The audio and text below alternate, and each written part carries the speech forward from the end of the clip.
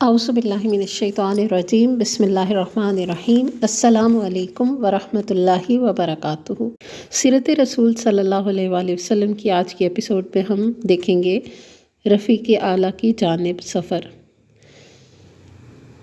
جب دعوت دین مکمل ہو گئی اور عرب کی نکیل اسلام کے ہاتھ میں آ گئی تو رسول اللہ صلی اللہ علیہ وآلہ وسلم کے جذبات و احساسات، احوال و ظروف اور گفتار و کردار سے کئی ایسی علامات نمودار ہونا شروع ہوئیں جن سے معلوم ہوتا تھا کہ اب آپ اس حیات مستعار کو اور اس جہان فانی کے باشندگان کو الوداع کہنے والے ہیں۔ مثلاً آپ صلی اللہ علیہ وآلہ وسلم نے رمضان 10 ہجری میں 20 دن اعتکاف فرمایا، جبکہ ہمیشہ 10 دن ہی اعتکاف فرمایا کرتے تھے۔ پھر حضرت جبرائیل علیہ السلام نے آپ صلی اللہ علیہ وآلہ وسلم کو اس سال 2 مرتبہ قرآن کا دور کروایا، جبکہ ہر سال ایک ہی مرتبہ دور کرایا کرتے تھے۔ آپ صلی اللہ علیہ وآلہ وسلم نے حجۃ الوداع میں فرمایا، مجھے معلوم نہیں، شاید میں اس سال کے بعد اپنے اس مقام پر تم لوگوں سے کبھی نہ مل سکوں۔ جمرہ عقبہ کے پاس فرمایا، مجھ سے اپنے حج کے اعمال سیکھ لو کیونکہ میں اس سال کے بعد غالباً حج نہ کر سکوں گا۔ آپ صلی اللہ علیہ وآلہ وسلم پر ایام تشریق کے وسط میں سورہ نصر نازل ہوئی اور اس سے آپ صلی اللہ علیہ وآلہ وسلم نے سمجھ لیا کہ اب دنیا سے روانگی کا وقت آن پہنچا ہے۔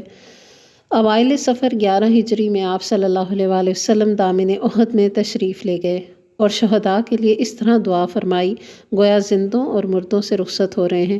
پھر واپس آ کر منبر پر فروکش ہوئے اور فرمایا، میں تمہارا میر کارواں ہوں اور تم پر گواہ ہوں، بخدا میں اس وقت اپنا حوض یعنی حوض کوثر دیکھ رہا ہوں۔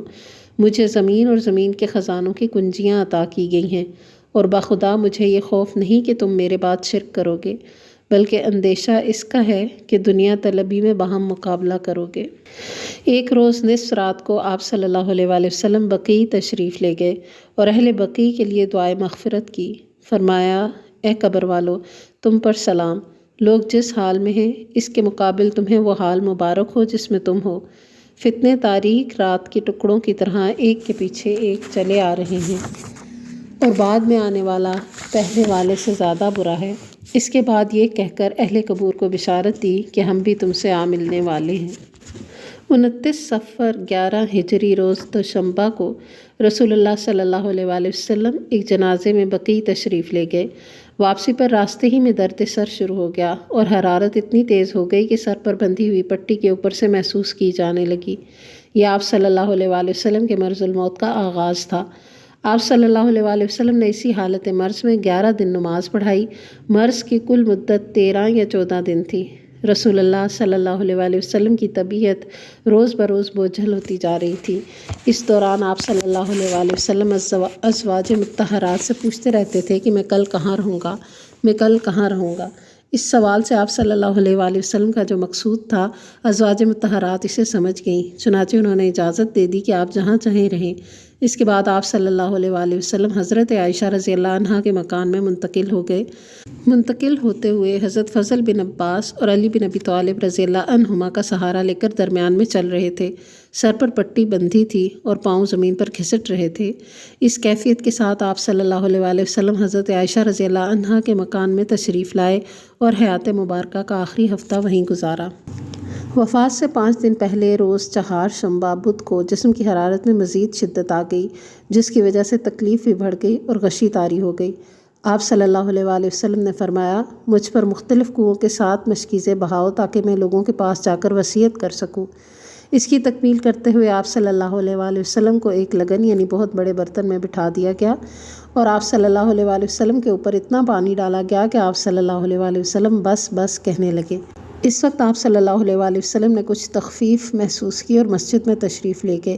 سر پر پٹی بندھی ہوئی تھی، منبر پر فروکش ہوئے اور بیٹھ کر خطبہ دیا۔ صحابہ کرام گردا گرد جمع تھے۔ فرمایا، یہود و نصارہ پر اللہ کی لعنت کہ انہوں نے اپنے انبیاء کی قبروں کو مساجد بنایا۔ ایک روایت میں ہے، یہود و نصارہ پر اللہ کی مار کہ انہوں نے اپنے انبیاء کی قبروں کو مسجد بنا لیا۔ آپ صلی اللہ علیہ وآلہ وسلم نے یہ بھی فرمایا، تم لوگ میری قبر کو بت نہ بنانا کہ اس کی پوجا کی جائے۔ پھر آپ صلی اللہ علیہ وآلہ وسلم نے اپنے آپ کو قصاص کے لیے پیش کیا اور فرمایا، میں نے کسی کی پیٹھ پر کوڑا مارا ہو تو یہ میری پیٹھ حاضر ہے، وہ بدلہ لے لے، اور کسی کی بے آبروئی کی ہو تو یہ میری آبرو حاضر ہے، وہ بدلہ لے لے۔ اس کے بعد آپ صلی اللہ علیہ وآلہ وسلم ممبر سے نیچے تشریف لے آئے، ظہر کی نماز پڑھائی اور پھر ممبر پر تشریف لے گئے اور عداوت وغیرہ سے متعلق اپنی پچھلی باتیں دہرائیں۔ ایک شخص نے کہا، آپ صلی اللہ علیہ وآلہ وسلم کے ذمہ میرے 3 درہم باقی ہیں۔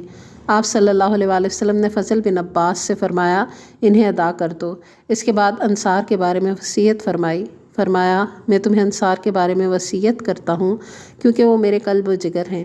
انہوں نے اپنی ذمہ داری پوری کر دی مگر ان کے حقوق باقی رہ گئے ہیں، لہٰذا ان کے نیکوکار سے قبول کرنا اور ان کے خطا کار سے درگزر کرنا۔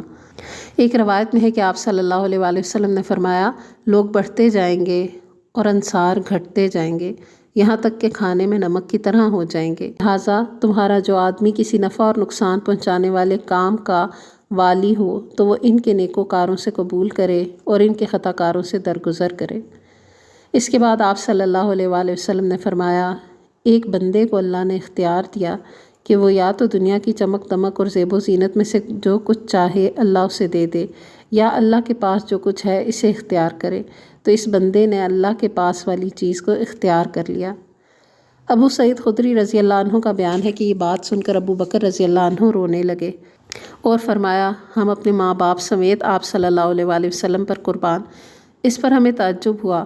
لوگوں نے کہا، اس بوڑھے کو دیکھو، رسول اللہ صلی اللہ علیہ وآلہ وسلم تو ایک بندے کے بارے میں یہ بتا رہے ہیں کہ اللہ نے اسے اختیار دیا کہ دنیا کی چمک دمک اور زیب و زینت میں سے جو چاہے اللہ اسے دے دے، یا وہ اللہ کے پاس جو کچھ ہے اسے اختیار کرے، اور یہ بوڑھا کہہ رہا ہے کہ ہم اپنے ماں باپ کے ساتھ آپ پر قربان۔ لیکن چند دن بعد واضح ہوا کہ جس بندے کو اختیار دیا گیا تھا وہ خود رسول اللہ صلی اللہ علیہ وآلہ وسلم تھے، اور ابو بکر صدیق رضی اللہ عنہ ہم میں سب سے زیادہ صاحب علم تھے۔ پھر رسول اللہ صلی اللہ علیہ وآلہ وسلم نے فرمایا، مجھ پر اپنی رفاقت اور مال میں سب سے زیادہ صاحب احسان ابو بکر رضی اللہ عنہ ہیں، اور اگر میں اپنے رب کے علاوہ کسی اور کو خلیل بناتا تو ابو بکر کو خلیل بناتا۔ لیکن ان کے ساتھ اسلام کی اخوت و محبت کا تعلق ہے۔ مسجد میں کوئی دروازہ باقی نہ چھوڑا جائے بلکہ اسے لازماً بند کر دیا جائے سوائے ابو بکر کے دروازے کے۔ وفات سے 4 دن پہلے جمعرات کو جب کہ آپ صلی اللہ علیہ وآلہ وسلم سخت تکلیف سے دوچار تھے، فرمایا، لاؤ میں تمہیں ایک تحریر لکھ دوں جس کے بعد تم لوگ کبھی گمراہ نہ ہوگے۔ اس وقت گھر میں کئی آدمی تھے جن میں حضرت عمر رضی اللہ عنہ بھی تھے۔ انہوں نے کہا، آپ صلی اللہ علیہ وآلہ وسلم پر تکلیف کا غلبہ ہے اور تمہارے پاس قرآن ہے، بس اللہ کی یہ کتاب تمہارے لیے کافی ہے۔ اس پر گھر کے اندر موجود لوگوں میں اختلاف پڑ گیا اور وہ جھگڑ پڑے۔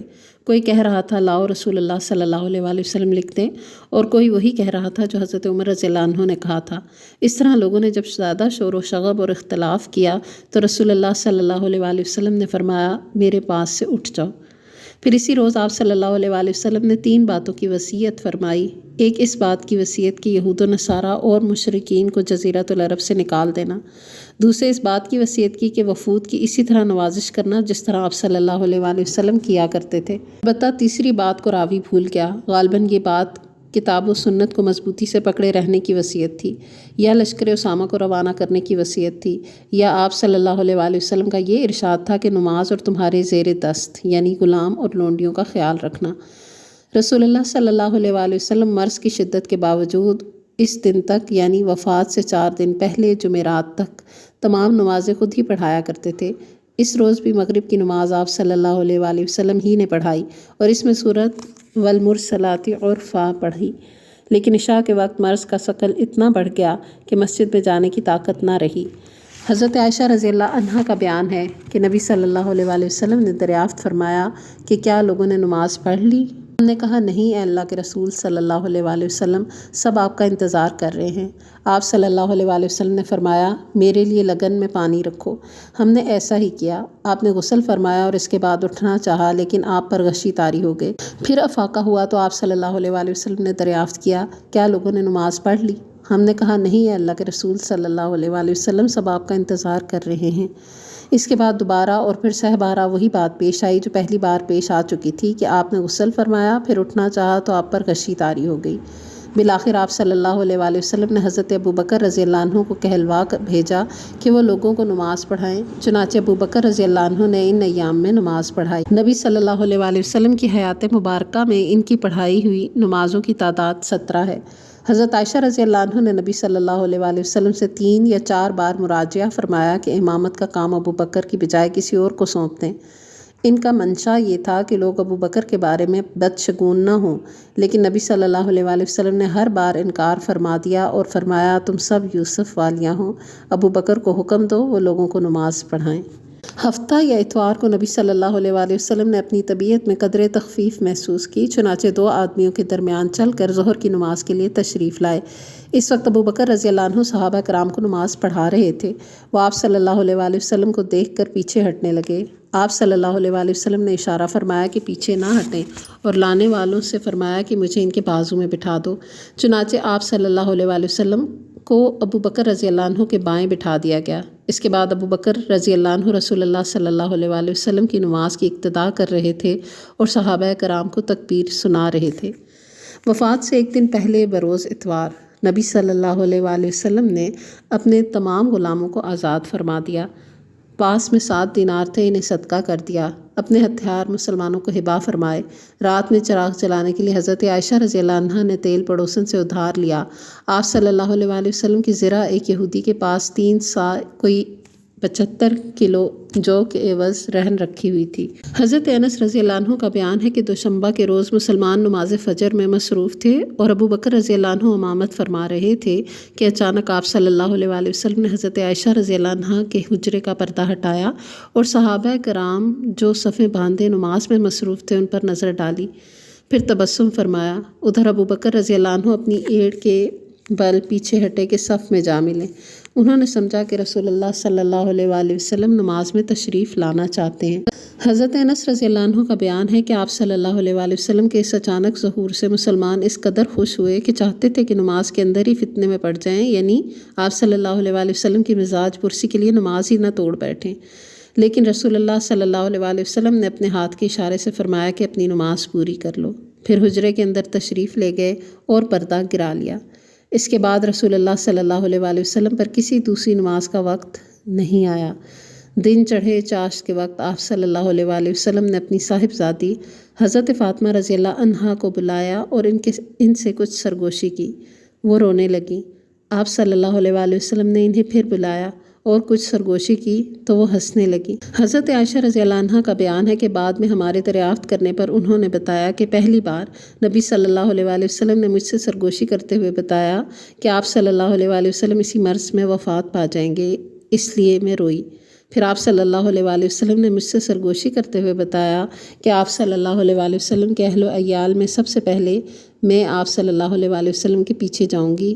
اس پر میں ہنسی۔ نبی صلی اللہ علیہ وسلم نے حضرت فاطمہ رضی اللہ عنہا کو یہ بشارت بھی دی کہ آپ رضی اللہ عنہا ساری خواتین عالم کی سیدہ یعنی سردار ہیں۔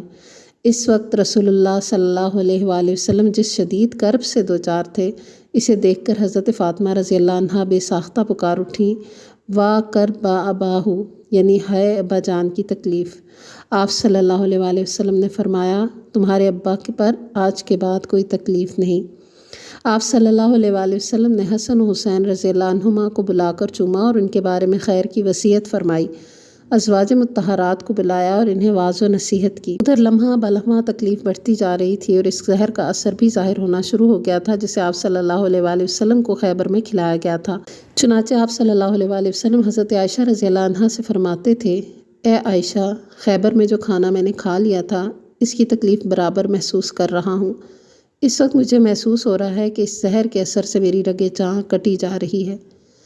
آپ صلی اللہ علیہ وسلم نے صحابہ کرام کو بھی وصیت فرمائی۔ فرمایا الصلاۃ الصلاۃ وما ملکت ایمانکم، یعنی نماز اور تمہارے زیر دست یعنی لونڈی غلام۔ آپ صلی اللہ علیہ وسلم نے یہ الفاظ کئی بار دہرائے۔ پھر نزاع کی حالت شروع ہوئی اور حضرت عائشہ رضی اللہ عنہا نے آپ صلی اللہ علیہ وسلم کی اپنے اوپر ٹیک لگوا دی۔ ان کا بیان ہے کہ اللہ کی ایک نعمت مجھ پر یہ ہے کہ رسول اللہ صلی اللہ علیہ وسلم نے میرے گھر میں میری باری کے دن میرے سینے سے ٹیک لگائے ہوئے وفات پائی، اور آپ صلی اللہ علیہ وسلم کی موت کے وقت اللہ نے میرا لعاب اور آپ صلی اللہ علیہ وسلم کا لعاب اکٹھا کر دیا ہوا تھا۔ یہ کہ عبد الرحمن بن ابی بکر آپ صلی اللہ علیہ وسلم کے پاس تشریف لائے، ان کے ہاتھ میں مسواک تھی اور آپ صلی اللہ علیہ وسلم مجھ سے ٹیک لگائے ہوئے تھے۔ میں نے دیکھا کہ آپ صلی اللہ علیہ وسلم مسواک کی طرف دیکھ رہے ہیں۔ میں سمجھ گئی کہ آپ صلی اللہ علیہ وسلم مسواک چاہتے ہیں۔ میں نے پوچھا آپ صلی اللہ علیہ وسلم کے لیے لے لوں؟ آپ صلی اللہ علیہ وآلہ وسلم نے سر سے اشارہ فرمایا کہ ہاں۔ میں نے مسواک لے کر آپ کو دی تو آپ صلی اللہ علیہ وآلہ وسلم کو کڑی محسوس ہوئی۔ میں نے کہا اسے آپ صلی اللہ علیہ وآلہ وسلم کے لیے نرم کر دوں؟ آپ صلی اللہ علیہ وآلہ وسلم نے سر کے اشارے سے کہا ہاں۔ میں نے مسواک نرم کر دی اور آپ صلی اللہ علیہ وآلہ وسلم نے نہایت اچھی طرح مسواک کی۔ آپ صلی اللہ علیہ وآلہ وسلم کے سامنے کٹورے میں پانی تھا۔ آپ صلی اللہ علیہ وآلہ وسلم پانی میں دونوں ہاتھ ڈال کر چہرہ پونچھتے جاتے تھے اور فرماتے جاتے تھے لا الہ الا اللہ، یعنی اللہ کے سوا کوئی معبود نہیں، موت کے لیے سختیاں ہیں۔ مسواک سے فارغ ہوتے ہی آپ صلی اللہ علیہ وآلہ وسلم نے ہاتھ یا انگلی اٹھائی، نگاہ چھت کی طرف بلند کی اور دونوں ہونٹوں پر کچھ حرکت ہوئی۔ حضرت عائشہ رضی اللہ عنہا نے کان لگایا تو آپ فرما رہے تھے ان انبیاء، صدیقین، شہداء اور صالحین کے ہمراہ جنہیں تو نے انعام سے نوازا، اے اللہ مجھے بخش دے، مجھ پر رحم کر اور مجھے رفیق اعلیٰ میں پہنچا دے، اے اللہ رفیق اعلیٰ۔ آخری فقرہ 3 بار دہرایا اور اسی وقت ہاتھ جھک گیا اور آپ صلی اللہ علیہ وآلہ وسلم رفیق اعلیٰ سے جا لاحق ہوئے۔ انا للہ و انا الیہ راجعون۔ یہ واقعہ 12 ربیع الاول 11 ہجری یوم دوشنبہ کو چاشت کی شدت کے وقت پیش آیا۔ اس وقت نبی صلی اللہ علیہ وآلہ وسلم کی عمر 63 سال 4 دن ہو چکی تھی۔ اس حادثہ دل فگار کی خبر فوراً پھیل گئی۔ اہل مدینہ پر کوہ غم ٹوٹ پڑا، آفاق و اطراف تاریک ہو گئے۔ حضرت انس رضی اللہ عنہ کا بیان ہے کہ جس دن آپ صلی اللہ علیہ وآلہ وسلم ہمارے ہاں تشریف لائے، اس سے بہتر اور تابناک دن میں نے کبھی نہیں دیکھا، اور جس دن رسول اللہ صلی اللہ علیہ وآلہ وسلم نے وفات پائی، اس سے زیادہ کبھی اور تاریخ دن میں نے کبھی نہیں دیکھا۔ آپ صلی اللہ علیہ وآلہ وسلم کی وفات پر حضرت فاطمہ رضی اللہ عنہا نے فرط غم سے فرمایا ہائے ابا جان جنہوں نے پروردگار کی پکار پر لبیک کہا، ہائے ابا جان جن کا ٹھکانہ جنت الفردوس ہے، ہم جبریل کو آپ کی موت کی خبر دیتے ہیں۔ وفات کی خبر سن کر حضرت عمر رضی اللہ عنہ کے ہوش جاتے رہے۔ انہوں نے کھڑے ہو کر کہنا شروع کیا، کچھ منافقین سمجھتے ہیں کہ آپ صلی اللہ علیہ وآلہ وسلم کی وفات ہو گئی ہے، لیکن حقیقت یہ ہے کہ آپ صلی اللہ علیہ وآلہ وسلم کی وفات نہیں ہوئی، بلکہ آپ اپنے رب کے پاس تشریف لے گئے ہیں، جس طرح موسیٰ بن عمران علیہ السلام تشریف لے گئے تھے اور اپنی قوم سے 40 رات غائب رہ کر ان کے پاس پھر واپس آ گئے تھے، حالانکہ واپسی سے پہلے کہا جا رہا تھا کہ وہ انتقال کر چکے ہیں۔ خدا کی قسم رسول اللہ صلی اللہ علیہ وآلہ وسلم پلٹ آئیں گے اور ان لوگوں کے ہاتھوں پاؤں کاٹ ڈالیں گے جو سمجھتے ہیں کہ آپ کی موت ہو گئی ہے۔ ادھر حضرت ابو بکر رضی اللہ عنہ اپنے مکان سے گھوڑے پر سوار ہو کر تشریف لائے اور اتر کر مسجد نبوی میں داخل ہوئے، پھر لوگوں سے کوئی بات کیے بغیر سیدھے حضرت عائشہ رضی اللہ عنہا کے پاس گئے اور آپ صلی اللہ علیہ وآلہ وسلم کا قصد فرمایا۔ آپ صلی اللہ علیہ وآلہ وسلم کا جسد مبارک دھاری دار یمنی چادر سے ڈھکا ہوا تھا۔ حضرت ابو بکر رضی اللہ عنہ نے رخ انور سے چادر ہٹائی اور اسے چوما اور روئے، پھر فرمایا میرے ماں باپ آپ صلی اللہ علیہ وآلہ وسلم پر قربان، اللہ آپ پر 2 موت جمع نہیں کرے گا، جو موت آپ پر لکھ دی گئی تھی وہ آپ کو آ چکی۔ اس کے بعد ابو بکر رضی اللہ عنہ باہر تشریف لائے۔ اس وقت بھی حضرت عمر رضی اللہ عنہ لوگوں سے بات کر رہے تھے۔ حضرت ابو بکر رضی اللہ عنہ نے ان سے کہا عمر بیٹھ جاؤ۔ حضرت عمر رضی اللہ عنہ نے بیٹھنے سے انکار کر دیا۔ ادھر صحابہ کرام حضرت عمر رضی اللہ عنہ کو چھوڑ کر حضرت ابو بکر رضی اللہ عنہ کی طرف متوجہ ہو گئے۔ حضرت ابو بکر رضی اللہ عنہ نے فرمایا تم میں سے جو شخص محمد صلی اللہ علیہ وآلہ وسلم کی پوجا کرتا تھا تو وہ جان لے کہ محمد صلی اللہ علیہ وآلہ وسلم کی موت واقع ہو چکی ہے، اور تم میں سے جو شخص اللہ کی عبادت کرتا تھا تو یقیناً اللہ ہمیشہ زندہ رہنے والا ہے، کبھی نہیں مرے گا۔ اللہ کا ارشاد ہے محمد نہیں ہے مگر ایک رسول، ان سے پہلے بھی بہت سے رسول گزر چکے ہیں، تو کیا اگر وہ محمد صلی اللہ علیہ وآلہ وسلم مر جائیں یا ان کی موت واقع ہو جائے یا وہ قتل کر دیے جائیں تو تم لوگ اپنی ایڑی کے بل پلٹ جاؤ گے؟ اور جو شخص اپنی ایڑ کے بل پلٹ جائے تو یاد رکھے کہ وہ اللہ کو کچھ نقصان نہیں پہنچا سکتا، اور ان قریب اللہ شکر کرنے والوں کو جزا دے گا۔ صحابہ کرام رضی اللہ عنہ کو جو اب تک فرط غم سے حیران و ششدر تھے، انہیں حضرت ابو بکر رضی اللہ عنہ کا یہ خطاب سن کر یقین آ گیا کہ آپ صلی اللہ علیہ وآلہ وسلم رحلت فرما چکے۔ چنانچہ حضرت ابن عباس کا بیان ہے کہ واللہ ایسا لگتا تھا گویا لوگوں نے جانا ہی نہ تھا کہ اللہ نے یہ آیت نازل کی ہے، یہاں تک کہ ابو بکر رضی اللہ عنہ نے اس کی تلاوت کی تو سارے لوگوں نے ان سے یہ آیت اخذ کی، اور اب جس کسی انسان کو میں سنتا تو وہ اسی کی تلاوت کر رہا ہوتا۔ حضرت سعید بن مسیب رضی اللہ عنہ کہتے ہیں کہ حضرت عمر رضی اللہ عنہ نے فرمایا، واللہ میں نے جو ہی ابو بکر کو یہ آیت تلاوت کرتے ہوئے سنا، انتہائی متحیر و دہشت زدہ ہو کر رہ گیا، حتیٰ کہ میرے پاؤں مجھے اٹھا ہی نہ رہے تھے، اور حتیٰ کہ ابو بکر کو اس آیت کی تلاوت کرتے سن کر میں زمین پر گر پڑا، کیونکہ میں جان گیا کہ واقعی نبی صلی اللہ علیہ وآلہ وسلم کی وفات ہو چکی۔ ادھر نبی صلی اللہ علیہ وآلہ وسلم کی تجہیز و تکفین سے پہلے ہی آپ صلی اللہ علیہ وآلہ وسلم کی جانشینی کے معاملے میں اختلاف پڑ گیا۔ ثقیفہ بنی ساعدہ میں مہاجرین و انصار کے درمیان بحث و مناقشہ ہوا، مجادلہ و گفتگو ہوئی، تردید و تنقید ہوئی، اور بالآخر حضرت ابوبکر رضی اللہ عنہ کی خلافت پر اتفاق ہو گیا۔ اس کام میں دوشنبہ کا باقی ماندہ دن گزر گیا اور رات آ گئی۔ نبی صلی اللہ علیہ وآلہ وسلم کی تجہیز و تکفین کے بجائے اس دوسرے کام میں مشغول رہے۔ پھر رات گزری اور منگل کی صبح ہوئی۔ اس وقت تک آپ صلی اللہ علیہ وآلہ وسلم کا جسد مبارک ایک دھاری دار یمنی چادر سے ڈھکا بستر ہی پر رہا۔ گھر کے لوگوں نے باہر سے دروازہ بند کر دیا تھا۔ منگل کے روز آپ صلی اللہ علیہ وآلہ وسلم کو کپڑے اتارے بغیر غسل دیا گیا۔ غسل دینے والے حضرات یہ تھے: حضرت عباس، حضرت علی، حضرت عباس کے 2 صاحبزادے فضل اور قاسم رضی اللہ عنہم، رسول اللہ صلی اللہ علیہ وآلہ وسلم کے آزاد کردہ غلام شقران، حضرت اسامہ بن زید اور اوس بن خولی رضی اللہ عنہم۔ حضرت عباس، فضل اور قاسم رضی اللہ عنہم آپ صلی اللہ علیہ وآلہ وسلم کی کروٹ بدل رہے تھے۔ حضرت اسامہ اور شقران رضی اللہ عنہما پانی بہا رہے تھے۔ حضرت علی رضی اللہ عنہ غسل دے رہے تھے، اور حضرت اوس رضی اللہ عنہ نے آپ صلی اللہ علیہ وآلہ وسلم کو اپنے سینے سے ٹیک دے رکھی تھی۔ اس کے بعد آپ صلی اللہ علیہ وآلہ وسلم کو 3 سفید یمنی چادروں میں کفنایا گیا۔ اس میں کرتا اور پگڑی نہیں تھی، بس آپ صلی اللہ علیہ وآلہ وسلم کو چادروں ہی میں لپیٹ دیا گیا۔ آپ صلی اللہ علیہ وآلہ وسلم کی آخری آرام گاہ کے بارے میں بھی صحابہ کرام رضی اللہ عنہم کی رائے مختلف تھیں، لیکن حضرت ابوبکر رضی اللہ عنہ نے فرمایا کہ میں آپ صلی اللہ علیہ وآلہ وسلم کو یہ فرماتے ہوئے سنا ہے کہ کوئی نبی بھی فوت نہیں ہوا مگر اس کی تدفین وہیں ہوئی جہاں وہ فوت ہوا۔ اس فیصلے کے بعد حضرت ابو طلحہ رضی اللہ عنہ نے آپ صلی اللہ علیہ وآلہ وسلم کا وہ بستر اٹھایا جس پر آپ کی وفات ہوئی تھی، اور اس کے نیچے قبر کھودی۔ قبر لحد والی یعنی بگلی قبر کھودی گئی۔ اس کے بعد باری باری 10 صحابہ نے حجرہ شریف میں داخل ہو کر نماز جنازہ پڑھی۔ کوئی امام نہ تھا۔ سب سے پہلے آپ صلی اللہ علیہ وآلہ وسلم کے خانوادہ بنو ہاشم نے نماز جنازہ پڑھی، پھر مہاجرین نے، پھر انصار نے، پھر مردوں کے بعد عورتوں نے، اور ان کے بعد بچوں نے۔ نماز جنازہ پڑھنے میں منگل کا پورا دن گزر گیا اور چہارشنبہ یعنی بدھ کی رات آ گئی۔ رات میں آپ صلی اللہ علیہ وآلہ وسلم کے جسد پاک کو سپرد خاک کیا گیا۔ چنانچہ حضرت عائشہ رضی اللہ عنہا کا بیان ہے کہ ہمیں آپ صلی اللہ علیہ وآلہ وسلم کی تدفین کا علم نہ ہوا یہاں تک کہ ہم نے بدھ کی رات کے درمیانی اوقات میں پھاوڑوں کی آواز سنی۔ اللہم صلی علی محمد وعلی آل محمد کما صلیت علی ابراہیم وعلی آل ابراہیم انک حمید مجید۔ اللہم بارک علی محمد وعلی آل محمد کما بارکت علی ابراہیم وعلی آل ابراہیم انک حمید مجید۔ سبحان ربک رب العزت عما یصفون وسلام علی المرسلین والحمد للہ رب العالمین۔